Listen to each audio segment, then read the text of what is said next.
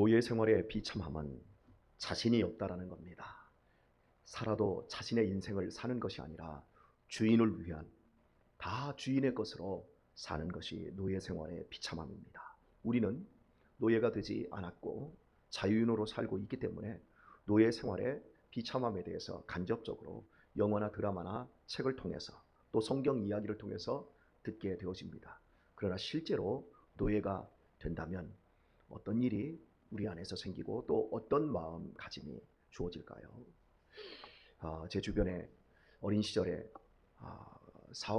부모의 사업이 망해서 모든 걸 다 빼앗기고 어느 날 학교에서 돌아와 보니까 그 빨간색 차업딱지가 다 붙어있고 그 좋은 집에서 갑자기 지하실 단판강으로 내려가서 그 살았던 그 삶, 날마다 빚쟁이들이 쫓아오고 부모님들이 멱살 잡고 질질 끌려다니는 이런 모습을 경험한 그 사람의 상처는 지금도 이야기를 하다 보면 마음속에 이렇게 숨겨져 있는 그런 짙은 어둠이 드리워져 있는 모습을 보게 되어집니다. 여하튼 간에 내가 누군가에게 빚의 노예가 되는 것, 또 누구에게 어떤 은혜를 받았을 때 또 은혜의 빚진 자가 되는 것, 이런 부분들은 참 우리들에게 참 여러 씁쓸함을 가져다 줍니다. 그래서 사람들은 다른 사람에게 자기가 어려웠을 때 큰 은혜를 입은 것들을 쉽게 지워버려요. 그것이 자기의 수치라고 생각합니다. 은혜조차도 수치라고 여기고 그런 것들을 지워버리고 그 당사자, 은혜 입은 당사자를 만나게 되면 피하는 어리석은 사람들이 대부분이라고 할 수 있습니다. 원수는 항상 물에 새기고 은혜는 우리의 깊이 마음에 새기든지 바위에 새기든지 이런 식으로 해야 인생이 아름다운데 이 거꾸로 이게 사는 거예요. 왜냐하면 이 사람의 이 내면은 무언가에 잡혀 있고 틀어져 있기 때문에 그렇습니다.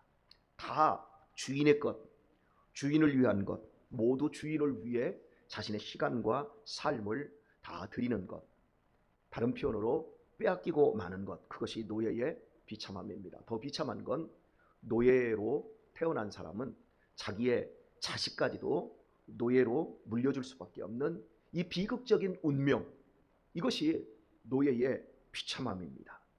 근데 이런 노예들이 항상 꿈꾸는 건 나도 내 삶을 살고 싶어, 나도 내 자신의 꿈을 갖고 싶어, 이런 것들이 소원이라고 할 수 있을 것입니다.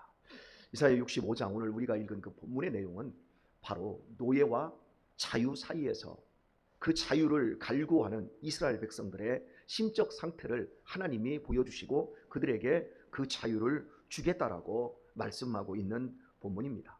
이스라엘 백성들은 자유를 빼앗깁니다. 하나님께 예배하는 자유를 빼앗기고 하나님을 섬기는 자유를 다 빼앗겨버립니다. 성전은 회파되어지고 이스라엘 백성들의 앞선 모든 전통과 문화들은 깡그리 다 무너져 내리고 그들은 포로로 끌려가 바벨론에서 70년 동안 노예가 되어집니다. 그들이 원래부터 노예였다면 꿈조차 꾸지 못하고 한탄도 안 하겠지만 예전에는 세상에서 가장 아름다운 백성이었다가 갑자기 저 땅 밑바닥으로 꺼진 그런 처참한 백성이 되었습니다.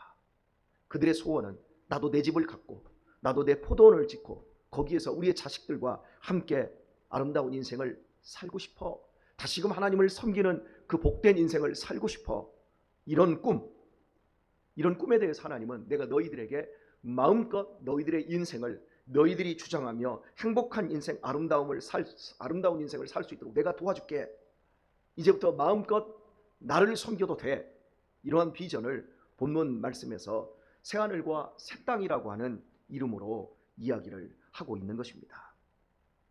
예전에 우리 어머니 세대들은 자신들의 인생이 없었습니다.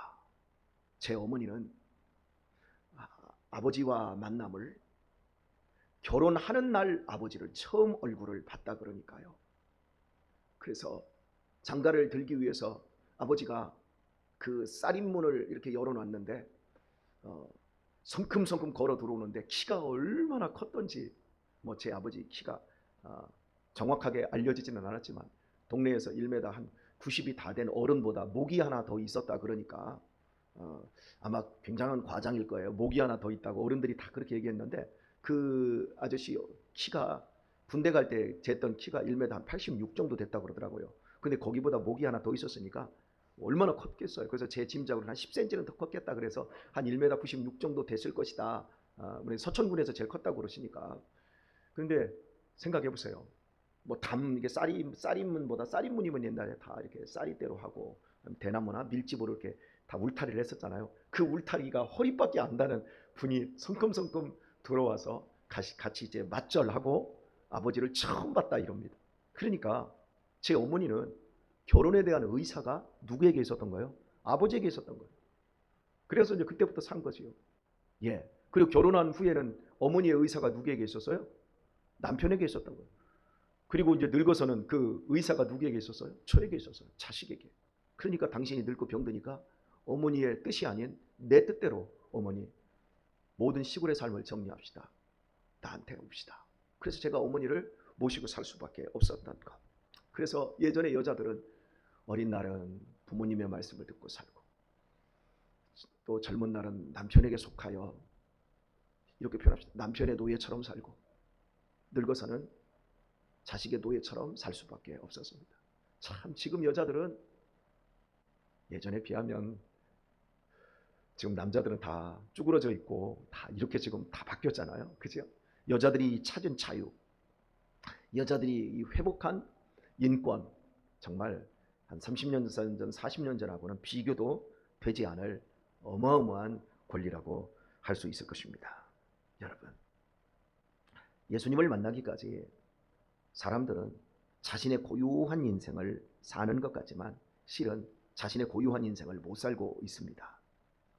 어린 시절에는 부모님이 원하는 학교에 가고 부모님이 원하는 배우자들을 생각하고 부모님이 원하는 삶을 살아야 합니다. 그것이 훌륭한 거고 그것이 자라난 것입니다. 커서는 어떤 직장에 들어가서 사원의 인생을 살아야 되고 또 뭐 공무원을 합격하면 공무원의 인생을 살아야 되고 또 사업에 성공하면 사장님의 인생을 사는데 그걸 우리는 자유롭게 생각합니다. 하지만 인생의 마지막 결산의 날인 죽음을 앞에 두고 나면 자신의 삶에 대해서 나는 왜 이렇게 사랑을 못했지? 나는 왜 이렇게 사람들에게 나는 참 팍하게 했지? 이러면서 자신의 삶을 돌아보면 자식들에게 못한 것만 생각나고 배우자에게 못한 것만 생각나고 부모에게 못한 것만 생각나요. 그 이유가 뭐지요? 내가 나로 살지 않은 거예요. 나의 자유의 소중함을 가지고 산 것이 아니라 그저 누군가가 이 사회에서 꼴지어준 나로 산 거예요.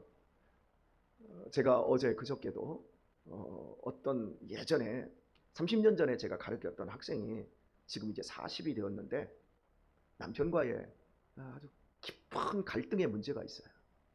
근데 이 갈등의 문제가 있는데 실은 이 문제가 남편과의 문제, 남편과 소통이 되고 남편을 통해서 자신의 마음과 사랑이 충족되지 않음 속에서 나온 다른 자기가 가르치는 그 자기와 이렇게 상대하는 사람을 굉장히 깊이 사랑하는 거예요. 그래서 제가 이야기를 하다가 너는 그 사람에게 잘해주는 것으로 생각하지만 그 네 문제는 네가 남편을 진심으로 사랑하지 않고 네 마음에 내면에 남편이 없기 때문에 그걸 다른 사람에게서 채우려고 하는 거야. 이렇게 제가 이야기를 해주니까 나중에 그걸 알아듣더라고요.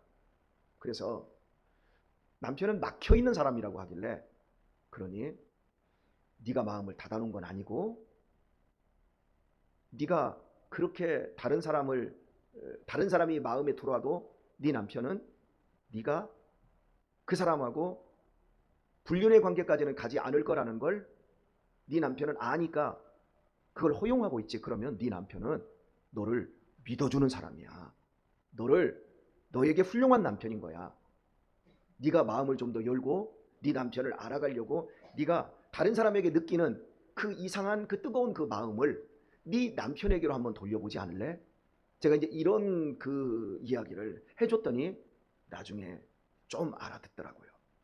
그러니까 우리는 나 자신도 모르게 나 자신을 잃어버려요. 그리고 살아가는 거예요. 읽은 그 본문 속에서 21절을 보면 그들이 가옥을 건축하고 그것에 거하겠고 포도원을 재배하고 열매를 먹을 것이며 그들이 건축한 데 타인이 거하지 아니할 것이며 그들의 재배한 것을 타인이 먹지 아니하리니, 이렇게 말해요. 건축하는 얘기와 포도를 심고 그것을 건축한 집에서 내가 사는 것과 또 그 포도를 내가 먹는 것, 남에게 빼앗기지 않고, 이 얘기를 지금 하고 있어요. 여러분, 실제로 그런 사람들이 있어요. 좋은 집을 져놓고, 이 집에서 살려고 좋은 집을 져놓고 몇 달 안 돼서 부인과 싸워가지고 이혼하고 남편은 남편대로 나가버리고 여자는 여자대로 가버리고 그 집은 나중에 다른 사람에게 헐값으로 팔아버리는 경우, 그런 사람들이 있어요. 포도원을 내가 농사를 져놓고 내가 먹으려고 해놓고서나 잘 갖고 놓고 자기는 먹지도 못하고 잘못돼서 그걸 팔아버리든지 아니면 죽든지, 이런 인생들이 있어요. 그러니까 내가 수고한 대로 먹는 것, 그것이 잠언은 우리에게 복이라고 이렇게 얘기를 해요. 예. 많은 사람들이 내가 이렇게 할 거야 해놓고 그 삶을 살지를 못하는 거예요. 왜요? 내가 자유인이 아니기 때문에, 자유가 무엇인지 알지 못하기 때문에. 자, 여러분에게 한번 제가 질문 하나 드려볼게요. 구원받는 것이 목적인가요? 죄사함 받는 것이 목적인가요? 제가 이렇게 말씀드렸어요. 구원받는 것이 목적인 사람은요, 그 사람은 기독교인 아니에요. 죄사함 받는 것이 목적인 사람이라면 그 사람은 기독교 신앙에서 한참이나 먼 사람이에요. 구원받는 것이 목적인 것이 아니라 구원받은 삶을 사는 것이 우리의 삶의 목적이에요. 죄사함 받는 것이 목적인 것이 아니라 죄사함의 삶을 살아내는 것이 우리의 삶의 목적인 거예요. 구원은 우리가 받는 거예요. 죄사함은 받는 거예요. 받았음을 내가 받아들이는 거예요. 받아들이고 내가 사는 거예요. 살지 못하는 믿음이 무슨 소용이 있습니까? 죄사함을 누리지 못하는 삶이 무슨 행복이 있겠습니까? 무슨 즐거움이 있겠습니까? 그건 율법이지요.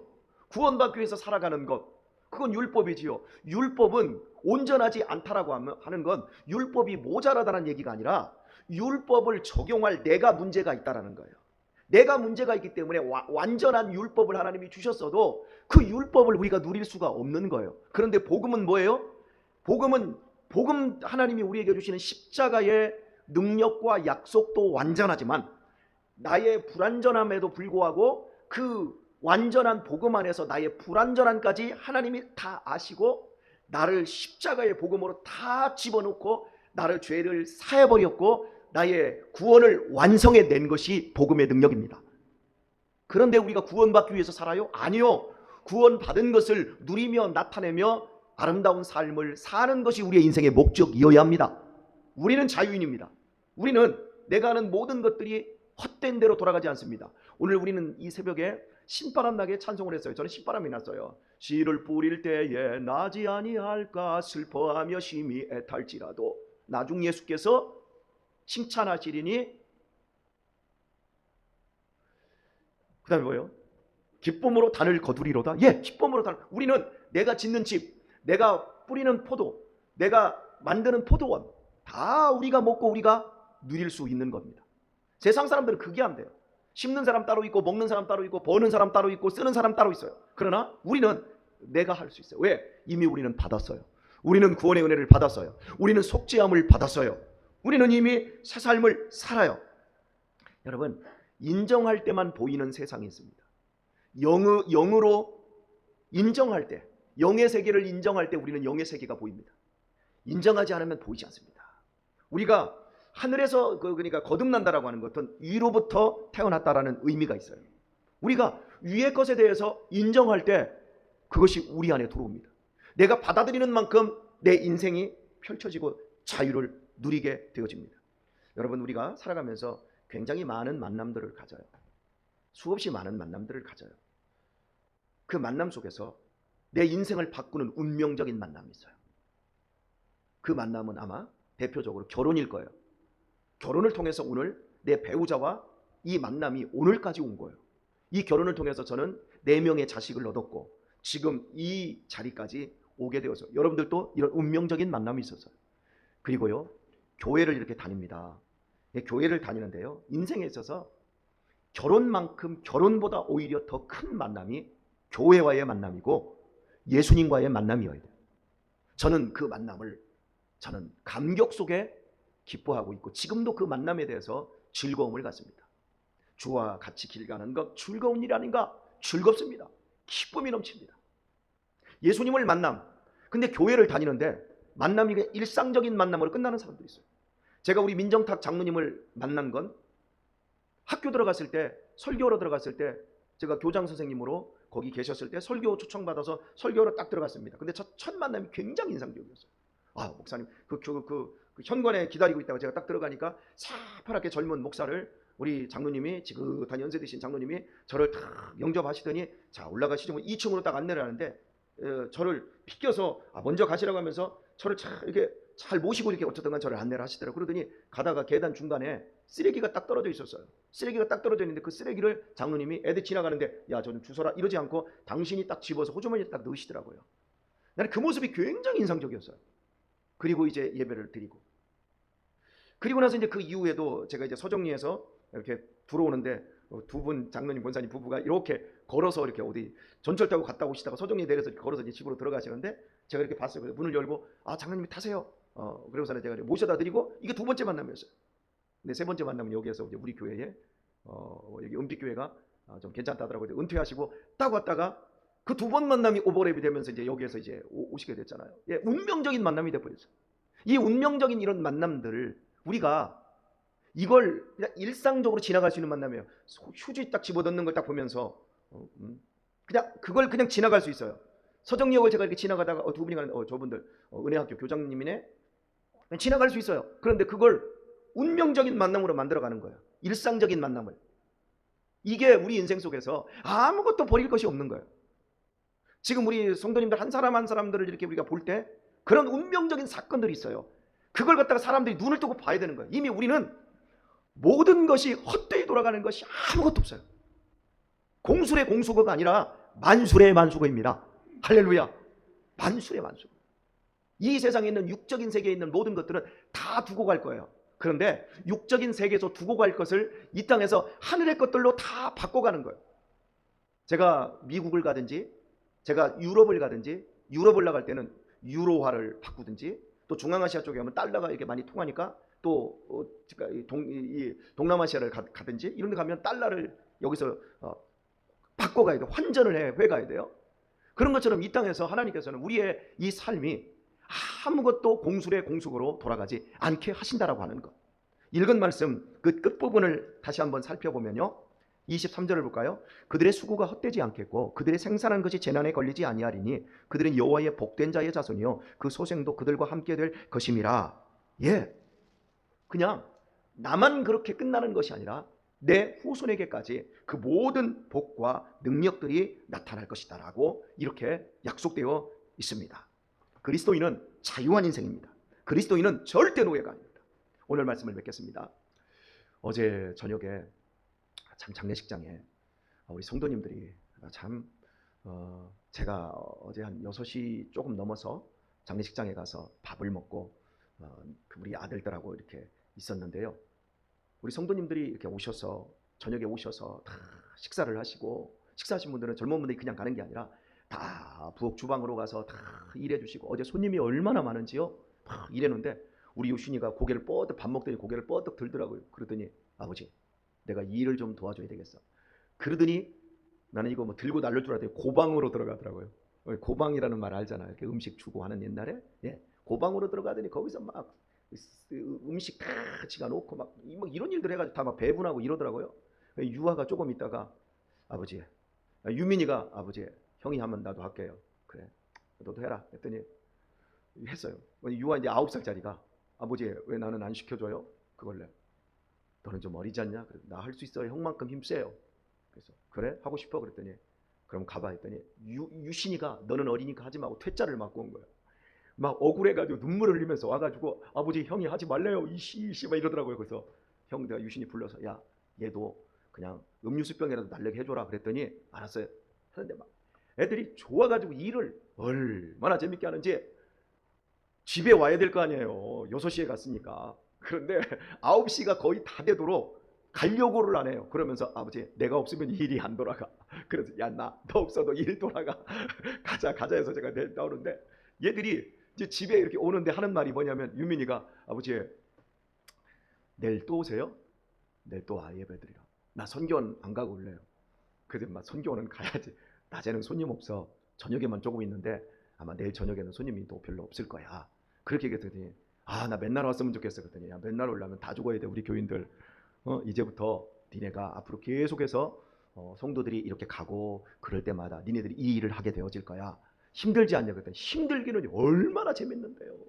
여러분 힘든 일이에요. 그런데 그 일을 애들은 얼마나 재밌는데요. 저는 제 아들들이 그 일들을 하는 것을 지켜보면서 사람들이 아마 이렇게 생각할 수도 있을지도 몰라요. 애들을 왜 이렇게 부려먹냐고. 아니 안 부려먹었어요. 지네가 다 부려먹었어요. 나는 가만히 앉아있는데. 거기서 여러분 3시간 가까이 있는데 얼마나 힘이 듭니까? 걔네들이 나를 부려먹었어요. 그런데 걔네들은 그걸 고통이라고 생각하지 않고 힘들다고 생각하지 않고 막 즐거워서 조금만 더 조금만 더 조금만 더. 여러분 이게 그리스도인이에요. 삶은 이 땅에서 아무리 어렵고 힘들어도 그 일들 그 모든 것이 내가 내 손으로 내가 내 기쁨으로 내가 하는 것 내가 하는 일들에서 기쁨을 누리고 보람을 누릴 수 있다 한다면 그것만큼 행복한 것이 없잖아요. 그죠? 근데 이 세상을 살아가면서 내가 애썼어 힘썼어 포도원도 가고 자식도 키웠는데 나중에 보면 아무런 보람이 없어. 이럴 때 여러분 우리가 겪는 그 고통. 그런데 여러분 염려하지 마세요.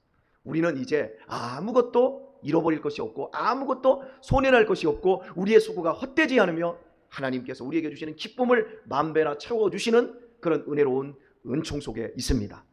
오늘도 여러분 무엇을 하든지 하나님의 기쁨을 위해 하십시오.